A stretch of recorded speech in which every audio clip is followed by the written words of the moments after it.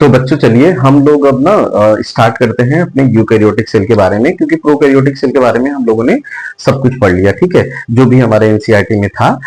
और जो भी उसमें हिडन जो कुछ कंसेप्ट थे जो क्लियर नहीं होते उनके बारे में पढ़ लिया। अब हम लोग पढ़ लेते हैं अपना यूकैरियोटिक सेल के बारे में।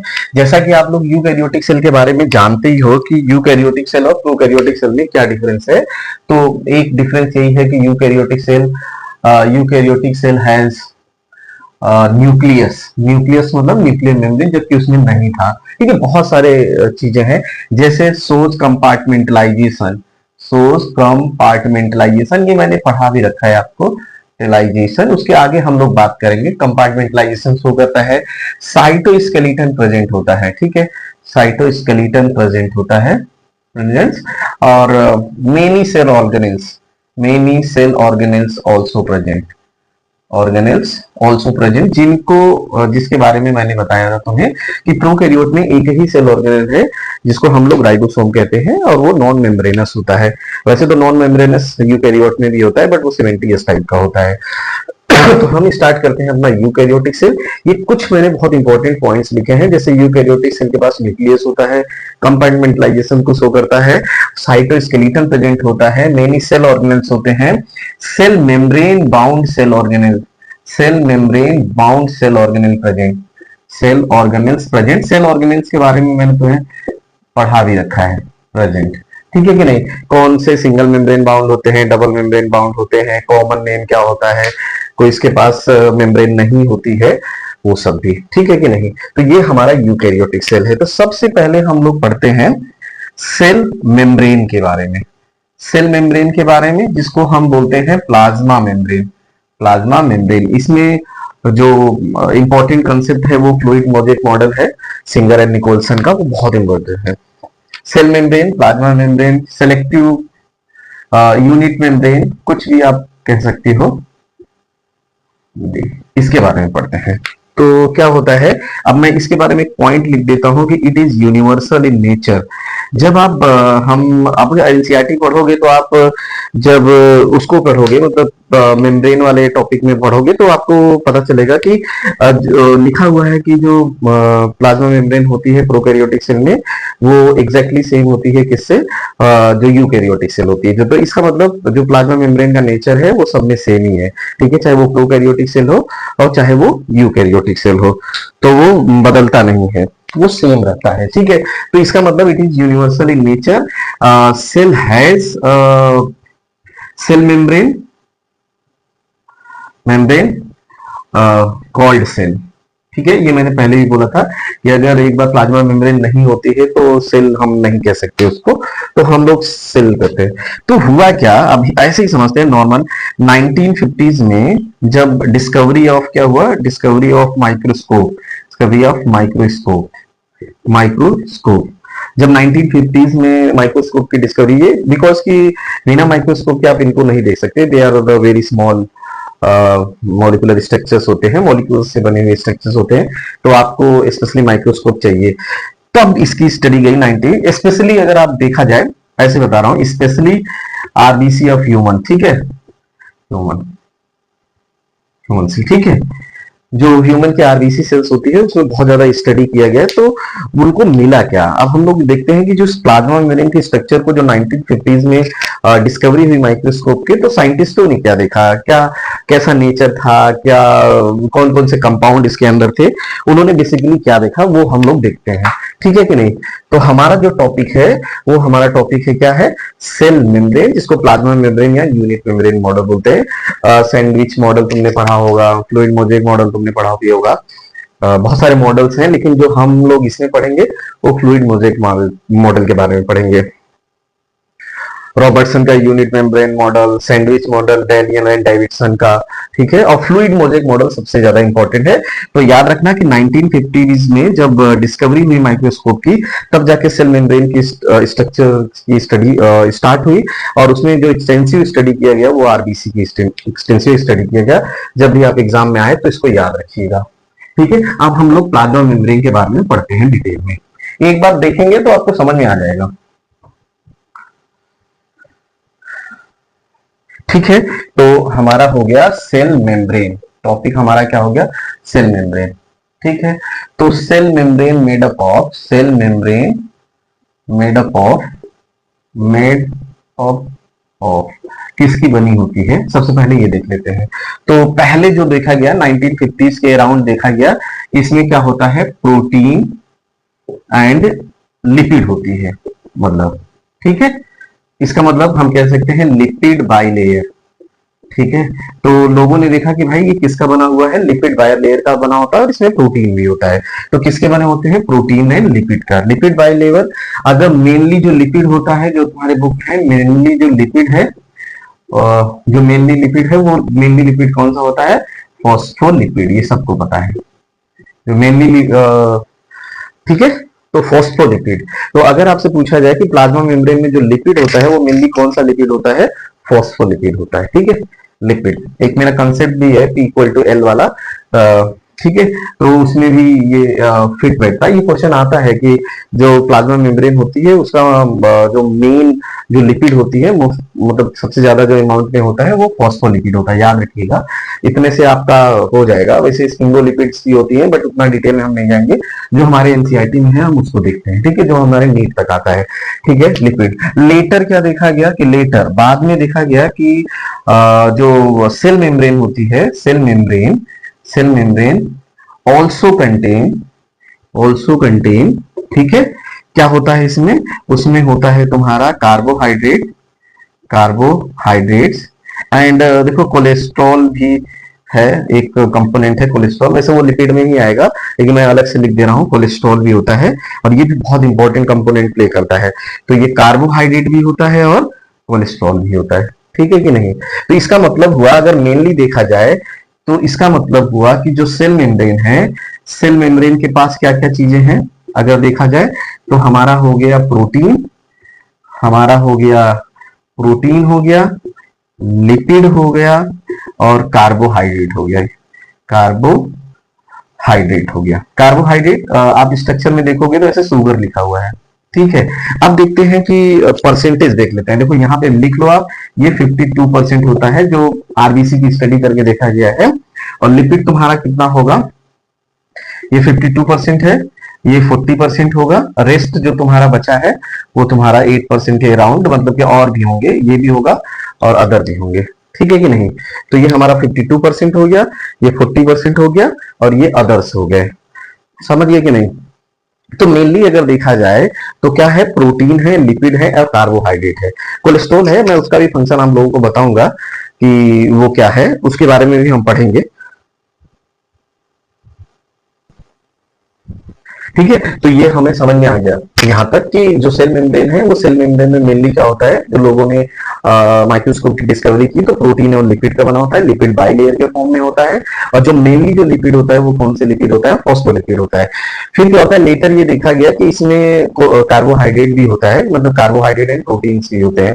ठीक है, तो ऑब्वियस सी बात है कि अगर हम देखें तीनों को मैच करके तो प्रोटीन, लिपिड एंड कार्बोहाइड्रेट, जो बुक के अकॉर्डिंग देखें तो 52% जो सेल मेम्ब्रेन में होता है वो प्रोटीन होता है, आरबीसी जो जिसका बहुत एक्सटेंसिव काम हुआ है, लिपिड 40%, जो अदर्स में कार्बोहाइड्रेट और भी बहुत सारी चीजें आती हैं वो 8% के अराउंड में होती है। ठीक है कि नहीं, तो वही आता है। बट देखिए the composition of protein and lipid varied across the organism, varied in organisms, लिख लेना।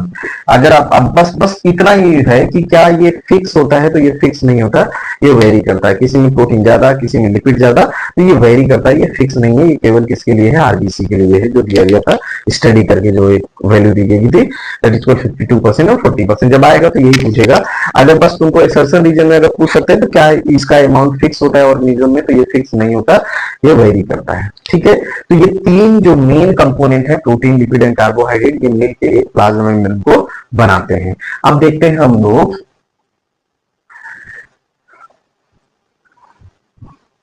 सबसे पहले जो लिपिड है, लिपिड को ही देखते हैं। तो याद रखना कि लिपिड बाई लेयर का होता है, तो लिपिड देख लेते हैं, लिपिड। ठीक है, लिपिड। अब देखो लिपिड के ना दो पार्ट में डिवाइड करेंगे। ठीक है, तो ऐसे एक बना लेते हैं, ये है हमने लिपिड, तो ये हो जाता है इसका हेड, तो ये होता है टेल। ठीक है, हेड हमारा क्या होगा, तो इसको साफ ही कर लेते हैं हम लोग। तो हेड होगा हाइड्रोफिलिक होगा। हाइड्रोफिलिक का मतलब क्या होगा, पोलर होगा। ठीक है, लिख देता हूं पोलर, बहुत इंपॉर्टेंट है। और टेल होगा क्या, हाइड्रोफोबिक। हाइड्रोफोबिक होगा, जिसको हम तो बोलते हैं नॉन पोलर। याद रखना, ये बहुत इंपॉर्टेंट पॉइंट है। ठीक है, कि नॉन पोलर पार्ट कौन सा होता है और पोलर पार्ट कौन सा होता है, ये बहुत इंपॉर्टेंट पॉइंट है। ठीक है, तो हेड हेड हाइड्रोफिलिक होगा और टेल क्या होगी, हाइड्रोफोबिक होगी। ठीक है, ठीक है। इसका मतलब क्या हुआ कि जो वाटर मॉलिक्यूल है इसमें अटैच तो हो जाएंगे, बट यहां से वो पास नहीं कर सकते। ठीक है, प्लाज्मा मेम्ब्रेन के अंदर नहीं हो, क्रॉस नहीं कर सकते, वाटर मॉलिक्यूल क्रॉस नहीं करते हैं। कुछ स्टडी ये बताती है कि बहुत स्लो क्रॉस करते हैं, मतलब अगर वो कंसंट्रेशन डिफरेंट हो हायर और लोअर वाला, तब ये बहुत स्लोली प्लाज्मा मेम्ब्रेन को क्रॉस करती है, वैसे वो क्रॉस नहीं कर सकता वाटर मॉलिक्यूल। तो अगर लिपिड को देखें तो लिपिड का स्ट्रक्चर ऐसा होगा, तुम्हारा हेड होगा और टेल होगा। हेड क्या होगा, आउटर साइड होगा, आउटर साइड होगा। और जो टेल होगा वो कैसा होगा, इनर साइड होगा, इनर साइड। ठीक है, अंदर की तरफ होगा क्या, टेल, और बाहर की तरफ तुम्हारा क्या होगा, हेड होगा।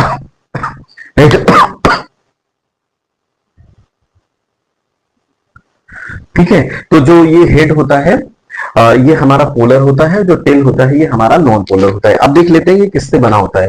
तो आप ये जो फॉस्फेट होता है, तो ये लिख लीजिए कि ग्लिसरॉल का होगा, ग्लिसरॉल का, ये बहुत इंपॉर्टेंट है, बहुत कंफ्यूजन होता है। और चेन होगा सेचुरेटेड हाइड्रोकार्बन, सेचुरेटेड हाइड्रोकार्बन। ठीक है, हाइड्रोकार्बन, अब ये याद करने वाली चीज है, सेचुरेटेड हाइड्रोकार्बन। ठीक है, तो हेड वाले में क्या होता है, हमारे ग्लिसरॉल रहता है। और ठीक है, जैसे दो ऐसे देखें तो फैटी एसिड ग्लिसरॉल आपने लिपिड के केस में पढ़ा होगा, तो ग्लिसरॉल आप कहाँ दे दो, जी फॉर गला, गला कहाँ होता है, हेड में ही होता है, तो इसका मतलब हेड रीजन में तुम्हारा ग्लिसरॉल होगा, जिससे कि फॉस्फेट अटैच होते हैं। और जो टेल होता है वो सेचुरेटेड हाइड्रोकार्बन होता है, जो कि तुम्हारे बुक में भी दिया हुआ है। तो ये बहुत इंपॉर्टेंट कंसेप्ट है। तो अगर लिपिड के देखें तो लिपिड है, तो इसका मतलब कि लिपिड क्या होता है, बोथ नेचर को शो कर रही है ना, लिपिड में दोनों नेचर है। अब ये क्वेश्चन पूछा जाएगा, तो लिपिड तुम्हारा, लिपिड कैसा होता है, एम्फीपैथिक मॉलिक्यूल है, एम्फीपैथिक मॉलिक्यूल है, या आप इसको बोलते सकते हो एम्फोटेरिक है, amphoteric. So shows both hydrophilic, hydrophilic and hydrophobic nature, hydrophobic nature दोनों शो कर रहा है।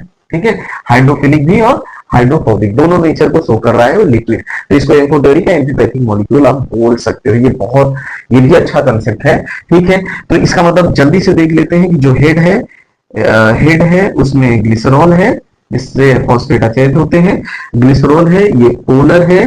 ठीक है, और ये क्या होगा, हाइड्रोफिलिक होगा।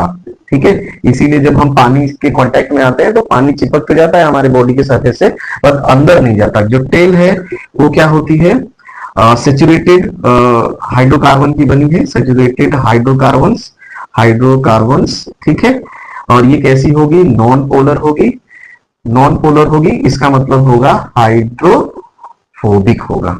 अब ये याद रखना, हाइड्रोफोबिक। अब मैं हाइड्रोफिलिक और हाइड्रोफोबिक भी बोल सकते हो। हाइड्रोफिलिक का मतलब होता है वाटर लविंग। ठीक है, वाटर लविंग, जो पानी से प्यार करते हैं, लविंग। ठीक है, मतलब पानी को अलाउ करेंगे, allow the movement of water, ये लिख लो, allow the movement of water, allow the movement of water. ठीक है, अब अगर इधर देखें हाइड्रोफोबिक, हाइड्रोफोबिक तो इसको बोलते हैं वाटर हेटिंग होते हैं, ये वाटर हीटिंग होते हैं। Not allow the movement of water, not allow the movement of, the movement of water, movement of water. समझ गए? तो ये हमारी बात हुई लिपिड की। सारी कंसेप्ट को मैं एक ही जगह कर दिया हूं। तो जो लिपिड है, यहां लिख भी देता हूं मैं, फॉस्फोलिपिड जिसको बोल रहे हैं हम लोग, फॉस्फोलिपिड। ठीक है, वो उसके दो पार्ट होंगे, एक तो हेड वाला रीजन होगा और दूसरा हमारा टेल वाला। हेड वाला सेचुरेटेड हाइड्रोकार्बन का है, और जो हेड टेल वाला जो रीजन है वो सेचुरेटेड हाइड्रोकार्बन का है। जो हेड वाला रीजन है उसमें ग्लिसरॉल होता है, इसमें फॉस्फेट अटैच होते हैं। ये हाइड्रोफिलिक होता है, ये हाइड्रोफोबिक होता है। टेल वाटर मॉलिक्यूल को अलाउ नहीं करती है कि वाटर मॉलिक्यूल सेल मेम्ब्रेन या प्लाज्मा मेम्ब्रेन को क्रॉस करके अंदर जाए। ठीक है कि ये बहुत ये लिपिड बाइलेयर का जो हाइड्रोफोबिक नेचर है बहुत इंपॉर्टेंट है, इसीलिए कहते हैं कि जो प्लाज्मा मेम्ब्रेन या सेल मेम्ब्रेन होती है वो सेलेक्टिव परमिएबल होती है। इसका मतलब only allow the selected molecule to go inside the cell. ठीक है, यही नेचर है, ये डुअल नेचर को प्ले करता है। अगर सिंगल नेचर होता है तो आइदर वो जाता है और ना जाता है। अगर ये दो नेचर है, आप क्रोनोलॉजी अगर समझिए तो दो नेचर को शो कर रहा है, इसका मतलब कुछ को अलाउ करेगा और कुछ को अलाउ नहीं करेगा, तो ये किस नेचर का हो जाएगा, सेलेक्टिव इन नेचर हो जाएगा। ठीक है, जो कि किसका बना हुआ है, फॉस्फोलिपिड का बना हुआ है। अब प्रोटीन को देख लेते हैं, प्रोटीन, फिर मैं फ्लूइड मोज़ेक मॉडल को 1 मिनट में तुम्हें समझा दूंगा कि क्या उसकी इंपॉर्टेंस है।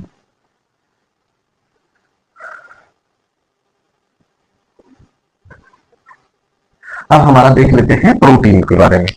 प्रोटीन, ठीक है, प्रोटीन के बारे में देख लेते हैं।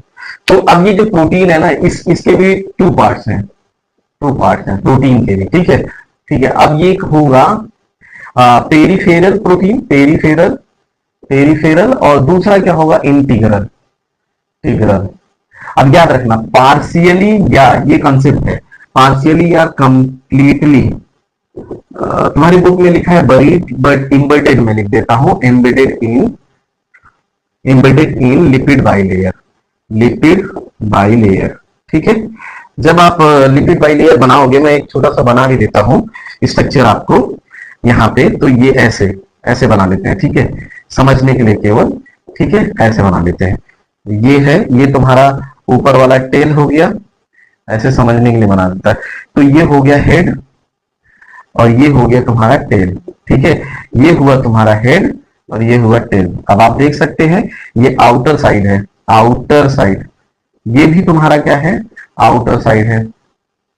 ठीक है, बीच में होता है तो लिपिड बाइलेयर होती है। अब होता है क्या है कि बता देता हूं मैं आपको कि अब जैसे कुछ प्रोटीन्स होंगी तो जैसे ऐसे ऊपर से ऐसे ऐसे चलेगा, फिर ऐसे ऐसे करके ऐसे आ जाएगा।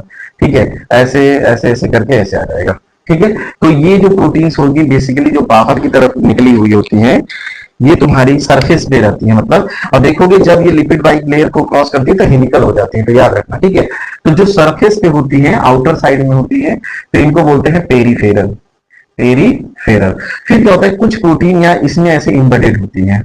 ठीक है, तो इसी को हम बोलते हैं इंटीग्रल प्रोटीन, इंटीग्रल, या सम टाइम हम बोल सकते हो टनल प्रोटीन, इसको बोलते हैं टनल प्रोटीन। ठीक है, बस कुछ भी नहीं होता, आप यहां भी कार्बोहाइड्रेट लगा सकते हो। ठीक है, इससे भी लग सकता है और इससे भी लग सकता है। तो carbohydrate attach to both, carbohydrate attach to both, attach to both lipid and protein, याद रखना, लिपिड एंड प्रोटीन, तो वो इंटीग्रल हो चाहे। ठीक है, तो अटैच होगा तो वो क्या बनाएगा, ग्लाइकोलिपिड एंड क्या बना देगा, ग्लाइकोलिपिड एंड क्या बना देगा, ग्लाइकोप्रोटीन बना देगा, ग्लाइकोप्रोटीन। याद रखना, बहुत इंपॉर्टेंट है, ये क्वेश्चन कई बार आता भी है। ग्लाइकोलिपिड एंड ग्लाइकोप्रोटीन बना देगा, कार्बोहाइड्रेट अटैच होकर, मैंने यहाँ पे अटैच कर दिया है, यहाँ लिपिड से भी कार्बोहाइड्रेट ऐसे अटैच हो जाएंगे, तो ये तुम्हारे क्या हो गया, कार्बोहाइड्रेट हो गया। ठीक है, ये एक टिपिकल छोटा सा स्ट्रक्चर है, इतना नहीं है, बस मैं समझने के लिए आपको बता दिया हूं कि ये लिपिड है। अच्छा, एक और कंसेप्ट आप क्लियर कर लीजिए, तो यहां तुम्हारा प्रोटीन हो गया, ये तुम्हारा लिपिड हो गया, ये फिर लिपिड हो गया, प्रोटीन हो गया। तो अगर आप अरेंजमेंट देखोगे ना, अरेंजमेंट को अगर हम लोग देखें तो ऐसे होता है, कभी कभी क्वेश्चन पूछ देता है TLLP। ठीक है, protein lipid lipid protein, protein lipid lipid protein, इस तरह का अरेंजमेंट आपको देखने को मिलेगा। तो एक छोटा सा मैंने स्ट्रक्चर बना दिया है प्लाज्मा मेम्ब्रेन को। बच्चों, एक और बात मैं यही समझा देता हूं तुम्हें कि इसी जो इंटीग्रल प्रोटीन होता है ना, इसी का मूवमेंट होता है, मूवमेंट, मूवमेंट। ठीक है, और उसको हम लोग बोलते हैं लेटरल मूवमेंट। अभी मैं साफ से भी लिख के बता देता हूं, लेटरल मूवमेंट होता है और वही डिसाइड करता है फ्लूइडिटी ऑफ द मेम्ब्रेन। ठीक है कि नहीं, फ्लूइडिटी ऑफ द मेम्ब्रेन। यहाँ कहीं कहीं पे तुम्हारा तुमको क्या देखने को मिल जाएगा, कोलेस्ट्रॉल मिल जाएगा, कोलेस्ट्रॉल भी मिल जाएगा। ठीक, कोलेस्ट्रॉल का क्या रोल है अभी मैं आपको एक्सप्लेन करूंगा। तो एक छोटा सा स्ट्रक्चर है तुम्हारे किसके, प्लाज्मा मेम्ब्रेन के बारे में। अब हम लोग अपनी थ्योरी पोर्शन पे फोकस करते हैं। ठीक है कि नहीं। तो ये जो बड़ा बड़ा तुम्हें यहाँ मेम्ब्रेन के अंदर एम्बेडेड प्रोटीन दिखती है, जो साइज में बड़ी होती है, उनको इंटीग्रल प्रोटीन, और जो सरफेस पे दिखती है उनको पेरिफेरल प्रोटीन बोलते हैं। ठीक है, एक और मैं कंसेप्ट आपको क्लियर कर दूं, इंटीग्रल प्रोटीन ज्यादा होती है इन कंपेयर टू द ज्यादा अमाउंट में होती है in compare to the peripheral protein. तो इंटीग्रल प्रोटीन ज्यादा होंगी in compare to the peripheral protein. ठीक है, तो मोर देन पेरिफेरल प्रोटीन, याद रखना पेरिफेरल प्रोटीन, ये भी कंसेप्ट आप याद रखिए। ठीक, चलिए तो हम लोग अब देख लेते हैं अपना, अभी मैं अलग से भी फिर लास्ट में इसको बना के, फिर अभी मैं जस्ट आपको एक समझाने के लिए बना दिया था। तो ये है, तो प्रोटीन दो तरह की है इसमें, ये पेरिफेरल प्रोटीन होता है जो लेस इन नंबर है, ठीक है, सराउंड करता है, सराउंड लिपिड बाइलेयर, ठीक है, लिपिड बाइलेयर, जो लिपिड होती है ऐसे प्रोटीन के अंदर, प्रोटीन की दोनों लेयर है उसके अंदर क्या होती है, एम्बेडेड होती है। और हमारा क्या हुआ, अब ये इंटीग्रल है जो ज्यादा है, जो एम्बेडेड होती है पार्शियली या कंप्लीटली एम्बेडेड। तो इनको जो क्लासिफाई किया गया है, classify on the basis of is of extraction के बेसिस पे, एक्सट्रैक्ट करने में बेसिस जो इजी होंगे उसका मतलब वो पेरीफेरी पे होंगे, और जिनको एक्सट्रैक्ट करना आसान नहीं होगा वो क्या होगा, हमारा इंटीग्रल होगा। उसके बेसिस पे क्लासिफाई किया है, जो सरफेस पे होगी वो इजिली एक्सट्रैक्ट हो जाती है, जो भी सरफेस पे, इंटीग्रल जो इजिली एक्सट्रैक्ट नहीं होती। ठीक है, तो ये दो प्रोटीन होती है, प्रोटीन इसका मतलब प्रोटीन दो फॉर्म में होगा, एक होगा पेरिफेरल प्रोटीन और दूसरा क्या होगा, इंटीग्रल प्रोटीन। ठीक है, और यही जो प्रोटीन्स होते हैं वो लिपिड है, लिक्विड उसी स्ट्रक्चर को मेंटेन करते हैं, लिपिड बाइलेयर। मेन जो कॉन्स्टिट्यूएंट होता है ना वो लिपिड है, जो बहुत ज्यादा रोल प्ले करता है उस लिपिड को। जैसे मान लो आपके पास कोई ऑयल है, तो ऑयल को तो ऐसे रख नहीं सकते ना, इसका मतलब किसी तुमको मतलब कि कोई भी मतलब तुम्हें स्ट्रक्चर चाहिए ना, स्ट्रक्चर उस ऑयल को रखने के लिए कुछ तो चाहिए ना, कोई भी तो पॉट वगैरह आपको चाहिए ना किसी भी तरह का। तो वैसे ही अब ये लिपिड है, इस लिपिड को एक स्ट्रक्चर देने के लिए प्रोटीन होता है, और ये प्रोटीन का दो फॉर्म है, एक तो पेरिफेरल होती है या एक्सट्रिंसिक भी बोल सकते हो, इंट्रिंसिक भी बोल सकते हो, इसको एक्सट्रिंसिक भी बोल सकते हो, एक्सट्रिंसिक, और इसको इंट्रिंसिक भी बोल सकते हो, इंट्रिंसिक, जिसमें इंट्रिंसिक प्रोटीन ज्यादा होती है, जिसको टनल प्रोटीन भी बोलते हैं, साइज बड़ा होता है, जबकि एक्सटेंसिव कम होती है। तो ये जो प्रोटीन होती है ये कंप्लीटली एम्बेडेड होते हैं, पार्शियली या completely embedded in lipid bilayer, जबकि ये उसके सरफेस पे होती है। ठीक है, अब हम लोग देख लेते हैं कार्बोहाइड्रेट। ठीक है, carbohydrate attach to the both protein and lipid. मैं एक कंसेप्ट ही बता देता हूं तुम्हें, अभी मैं बताया था ये ग्लाइकोप्रोटीन और ग्लाइकोलिपिड बन जाएगा ना, तो ये हो जाएगा ग्लाइकोप्रोटीन, और ये हो जाएगा ग्लाइकोलिपिड। ठीक है, ग्लाइकोप्रोटीन और ग्लाइकोलिपिड बन जाएगा, समझ गए? मैं एक सिंपल सा होता है, ये सेल टू सेल इंटरेक्शन में यूज होता है, याद रखना। अगर एक सेल दूसरे सेल से इंटरेक्ट कर रही है ना, तो वो कार्बोहाइड्रेट इसको चाहिए, सिंपल सा कंसेप्ट है। सेल टू सेल इंटरेक्शन का मतलब क्या कर सकते हो, सेल टू सेल रिकॉग्नाइजेशन, उसमें कार्बोहाइड्रेट का बहुत बड़ा रोल होता है। ठीक है कि नहीं, तो उसमें कार्बोहाइड्रेट का बहुत बड़ा रोल है, इसीलिए सेल मेम्ब्रेन क्या होगी, बहुत अच्छा कंसेप्ट है। Cell membrane interact with the external environment, और एक्सटर्नल एनवायरनमेंट में इंटरेक्ट करती है। तो एक्सटर्नल एनवायरनमेंट में अगर कोई सेल है तो एक सेल दूसरे सेल से इंटरेक्ट होगी थ्रू द कार्बोहाइड्रेट। ये सेल टू सेल इंटरेक्शन में कार्बोहाइड्रेट हेल्प करेगा, याद रखिएगा। पहले तो हम लोगों ने लिपिड पढ़ा, लिपिड में बहुत कौन से सैचुरेटेड हाइड्रोकार्बन भी पढ़ लिए, ग्लिसरॉल भी हम लोगों ने पढ़ लिया, जो हेड में ग्लिसरॉल था। ठीक है कि नहीं, फिर हमने ये प्रोटीन पढ़ा, ये दो फॉर्म में होता है, और फिर ये हमारा कार्बोहाइड्रेट है। अब हम आ जाते हैं, अब ये हमने तीनों कंपोनेंट उसके पढ़ लिए, अब हम आ जाते हैं, अच्छा कोलेस्ट्रॉल का भी अगर देख लें, कोलेस्ट्रॉल का तो फिर वो देख लेंगे। Cholesterol maintain the fluidity of membrane. ठीक है, इसका मतलब जो सर्दियों में वो बहुत ज्यादा फ्लूइडिटी को रिड्यूस नहीं होने देता, और जब गर्मियां होंगी तो वो बहुत ज्यादा फ्लूइड नेचर नहीं होने देता। इसका मतलब जो फ्लूइड नेचर होता है उसको मेंटेन करके कोलेस्ट्रॉल रखता है। ठीक है कि नहीं, और जो सेल सिग्नलिंग वगैरह के जो मॉलिक्यूल्स होते हैं उनके डिस्ट्रीब्यूशन में हेल्प करता है। इसका मतलब ये रिड्यूस करेगा हार्डनेस को या स्टिफनेस को, सेल मेम्ब्रेन की स्टिफनेस या हार्डनेस कंट्रोल करेगा, एक तरह से कंट्रोल करता है, कंट्रोल सेल की हार्डनेस हार्डनेस या स्टिफनेस कह सकते हो, स्टिफनेस इन कोल्ड, ठीक है, बहुत ज्यादा हार्ड नहीं होने देता। और फ्लूइडिटी इन फ्लूइडिटी फ्लूइडिटी मतलब मोर फ्लूइड इन हॉट। अगर हॉट कंडीशन है तो बहुत ज्यादा इसको फ्लूइड नहीं होने देता, और अगर कोल्ड कंडीशन है तो बहुत ज्यादा इसको बहुत हार्ड या स्टिफ नहीं होने देता। तो ये कोलेस्ट्रॉल का काम है तुम्हारा, ठीक है कि नहीं, कंट्रोल करता है। ठीक, तो कोलेस्ट्रॉल का अगर हम देख लें, दोबारा देख लेते हैं, तो कोलेस्ट्रॉल मेंटेन करता है फ्लूइडिटी ऑफ द मेम्ब्रेन। बहुत इंपॉर्टेंट कंसेप्ट है, the fluidity, maintain the fluidity of the membrane.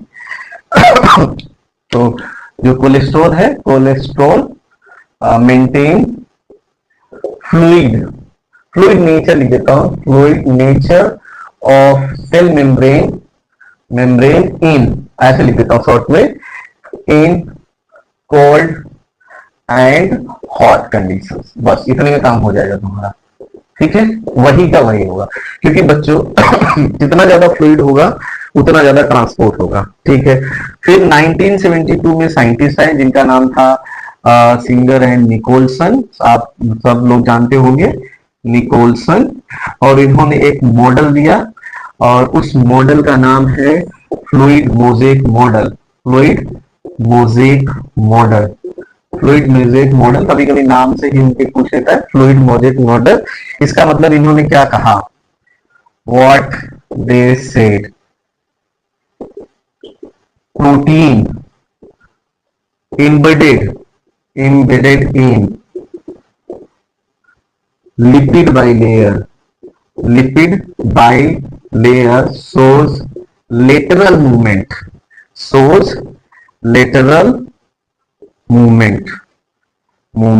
which is responsible for fluidity of the membrane, ठीक है। इसका मतलब हुआ, देखो ऐसे साम, देखो, मोर मूवमेंट, मोर फ्लूइडिटी, मोर ट्रांसपोर्ट, ठीक है। अभी मैंने बनाया था कि जब ये लिपिड बाइलेयर ऐसे रहेगा तो ये जो प्रोटीन मॉलिक्यूल है ऐसे लिटरल मूवमेंट्स हो करते हैं। इवन लिपिड के मॉलिक्यूल भी एक अपनी इस लेयर को छोड़ के दूसरी लेयर में चले जाते हैं, उसको बोलते हैं फ्लिप फ्लॉप मूवमेंट। इसका मतलब बेसिकली आप समझिए, जितना ज्यादा जो मॉलिक्यूल्स हैं, ठीक है, हर तरह का मूवमेंट्स हो करते हैं, ये लोग सर्कुलर डिस्प्लेसमेंट हर तरह का करते हैं। तो जितना ज्यादा मूवमेंट होगा, चाहे लिपिड चाहे प्रोटीन का, उतना ज्यादा फ्लूइडिटी होता है। बट जो प्रोटीन होता है ना, वो अपने प्लेस को इंटरचेंज नहीं करता, लिपिड इंटरचेंज कर देती है, वो केवल लेटरल मूवमेंट को ही शो करता है। जबकि लिपिड मॉलिक्यूल्स होते हैं बहुत फ्रिक्वेंटली एक जगह से दूसरी जगह होता है। मेन कौन है, लिपिड है, तो लिपिड सबसे ज्यादा शो करेगा। इसका उनका मतलब था, फ्लूइड मोज़ेक मॉडल का मतलब ये था कि जितना ज्यादा प्रोटीन का मूवमेंट होगा, फ्लूइडिटी ऑफ द जो मेम्ब्रेन होगी उतनी ज्यादा होगी। तो fluid nature of the plasma membrane depends on the lateral movement of the protein molecules, ठीक है। तो जितना ज्यादा प्रोटीन मॉलिक्यूल, इसका मतलब हुआ मोर मूवमेंट, मोर फ्लूइडिटी और मोर ट्रांसपोर्ट, ठीक है। तो मोर फ्लूइडिटी सपोर्ट करेगी, सेल की ग्रोथ को, सेल रिकॉग्नाइजेशन, मतलब हर रिकॉग्नाइजेशन, हर तरह का काम, हर तरह की चीजों को सपोर्ट करेगा। जितना ज्यादा फ्लूइडिटी होगा वो हर तरह के ग्रोथ को सपोर्ट करेगा, कंसेप्ट को, ठीक है। तो जो मोर फ्लूइडिटी होगा, cell growth, cell to cell recognisation, excretion, secretion, cell division, endocytosis जो होता है, इंडोसाइटोसिस इन सब में होगा।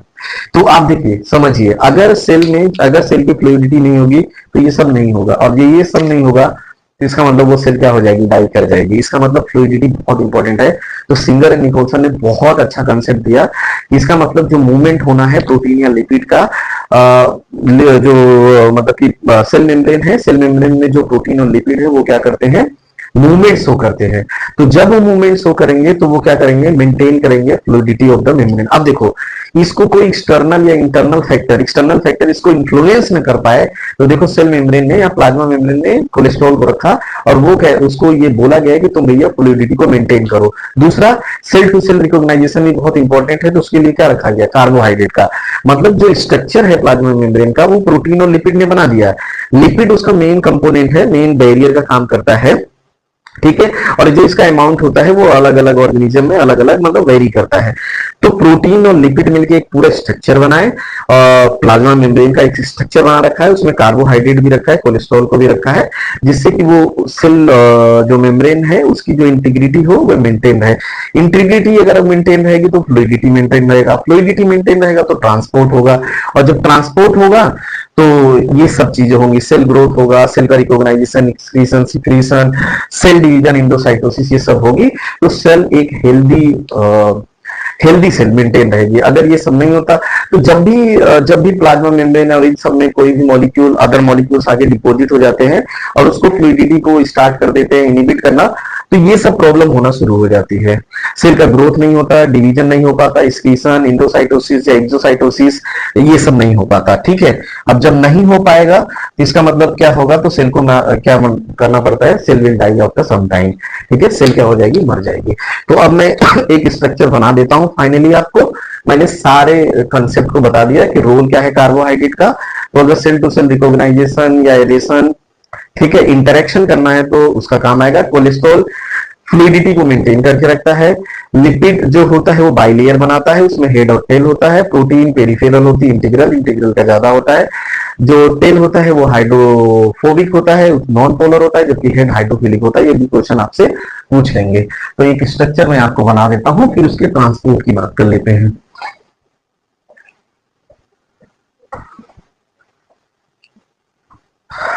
तो मैंने पहले भी बनाया था, तो ये स्ट्रक्चर आप देख लेते हैं दोबारा, ठीक है। ये हमारा लिपिड मॉलिक्यूल्स है। एक सिंपल बना देता हूं, चलिए ये हम लोग प्रोटीन का मान लेते हैं, ये है लिपिड, ठीक, ऐसे बना लेते हैं।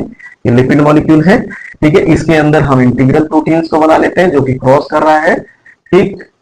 तो ये है पेरिफेरल प्रोटीन, पीपी। ये हो गई इंटीग्रल प्रोटीन, ठीक है। ये हमारा हो गया लिपिड, लिपिड हो गया, ये भी हमारा लिपिड हो गया, और यहां भी हमारे क्या हो गए, प्रोटीन हो गया, ठीक है। तो ये है, तो हमारा जो अरेंजमेंट होगा फिर से देख लेते हैं, पी एल एल पी, ये भी क्वेश्चन आता है, P L L P, LLP मतलब लिपिड बाइलेयर, जबकि उसका एक साथ नहीं बन पा रहा है। और यही लोग क्या करते हैं, ये जो प्रोटीन मॉलिक्यूल होता है ये किसको शो करता है, लेटरल मूवमेंट को। अब जब लिपिड इधर से अगर इधर उधर जाती है तो इसको हम बोलते हैं फ्लिप फ्लॉप मूवमेंट। ये आपसे नहीं पूछेगा, आपको बस ये लेटरल मूवमेंट। और इसी के बारे में किसने बताया था, सिंगर एंड निकोलसन ने 1972 में, और इसी को हम लोग बोलते हैं फ्लूइड मोज़ेक मॉडल। अब एक टॉपिक और हम लोग देख लेते हैं, ट्रांसपोर्ट। तो ये जो प्लाज्मा मेम्ब्रेन है